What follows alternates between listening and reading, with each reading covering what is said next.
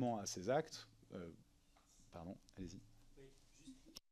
Précisément, dans ces clauses et dans autre chose qui est un peu au-delà de la clause, c'est-à-dire le contrat, est-ce que vous avez des exigences contractuelles que, par exemple, s'il y a des scènes d'intimité, est-ce que vous exigez dès maintenant, un coordinateur d'intimité, et deux, que le contrat de la comédienne ou du comédien soit explicite et que le séquençage des scènes soit écrit, et que si jamais il y a un changement d'une volonté du réalisateur ou d'une volonté, pourquoi pas aussi du comédien ou de la comédienne, cela repasse par un avenant. Est-ce que ça, dès maintenant, vous l'avez déjà acté, et est-ce que si vous ne l'avez pas déjà fait, c'est quelque chose auquel vous réfléchissez?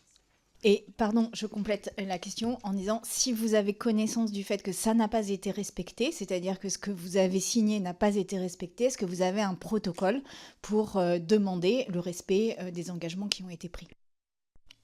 Euh, Notre clause de moralité, elle détaille pas précisément ça, je vais être honnête là-dessus, mais elle exige de la part du producteur le respect évidemment du code de travail de la convention collective. Or, la convention collective aujourd'hui, elle oblige notamment l'accord préalable des comédiens pour toute scène d'intimité, le fait qu'ils aient lu et que ça a été vu en préparation du film, la façon dont ces scènes vont être faites, etc. Donc je pense que le droit protège déjà en partie les scènes dont vous parlez.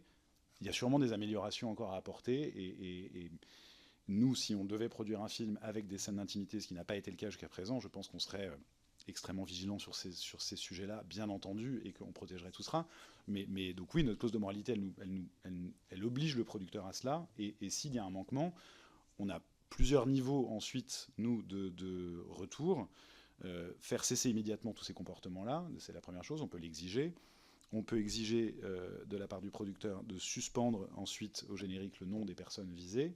Ça, c'est la deuxième chose. Et on pourrait même aller, ça n'a jamais été le cas, mais jusqu'à même attaquer, enfin, je ne sais pas comment on pourrait dire, mais attaquer le producteur pour manquement à ces Et ça ne s'est règles-là. jamais produit sur aucune des étapes que vous avez. Non, on n'a jamais rencontré ce cas-là jusqu'à présent. Et concrètement, d'un point de vue de protection réputationnelle et financière, est-ce que vous imaginez, est-ce que sur les préachats, est-ce que vous imaginez que ça puisse être, qu'il y ait une évolution, et que effectivement, vous, par exemple, que l'aspect contractuel très, très écrit, un peu comme font les Américains, puisse être adapté enfin, puisse se mettre en place. Et vous nous avez dit que vous n'étiez pas sur les tournages en tant que financeur, parfois des gens que vous êtes parfois, vous mettez parfois beaucoup d'argent sur un film. Est-ce que vous imaginez, pourquoi pas, avoir quelqu'un sur les tournages, justement, je ne sais pas si le terme est le bon, mais pour respecter la bonne moralité de ce tournage?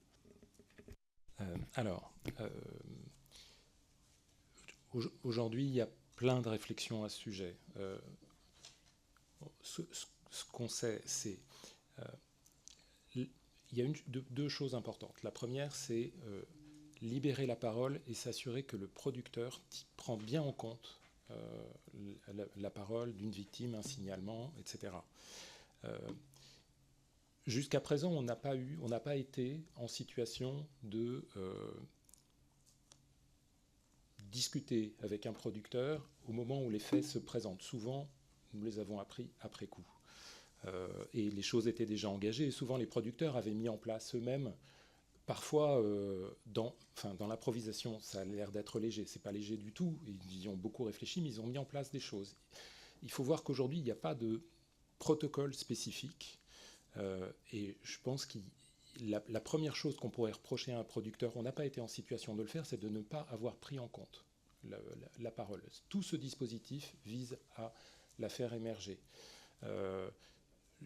Là encore, dans les réflexions en cours dans la profession, il y a l'idée qu'il y a des films sur lesquels les producteurs, puisque ce sont eux les chefs d'orchestre, auraient un comportement vertueux au sens où ils mettent en place un certain nombre de protocoles.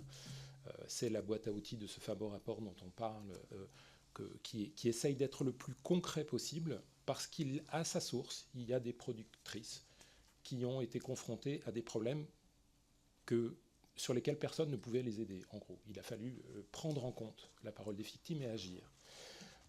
Donc il y a certainement des films sur lesquels les choses seront vertueuses, d'autres sur lesquels on apprendra que le producteur n'a pas mis en place les protocoles nécessaires. Et dans ces cas-là, je n'y ai pas été confronté, mais on peut réfléchir à d'autres dispositions plus violentes. Je vous remercie.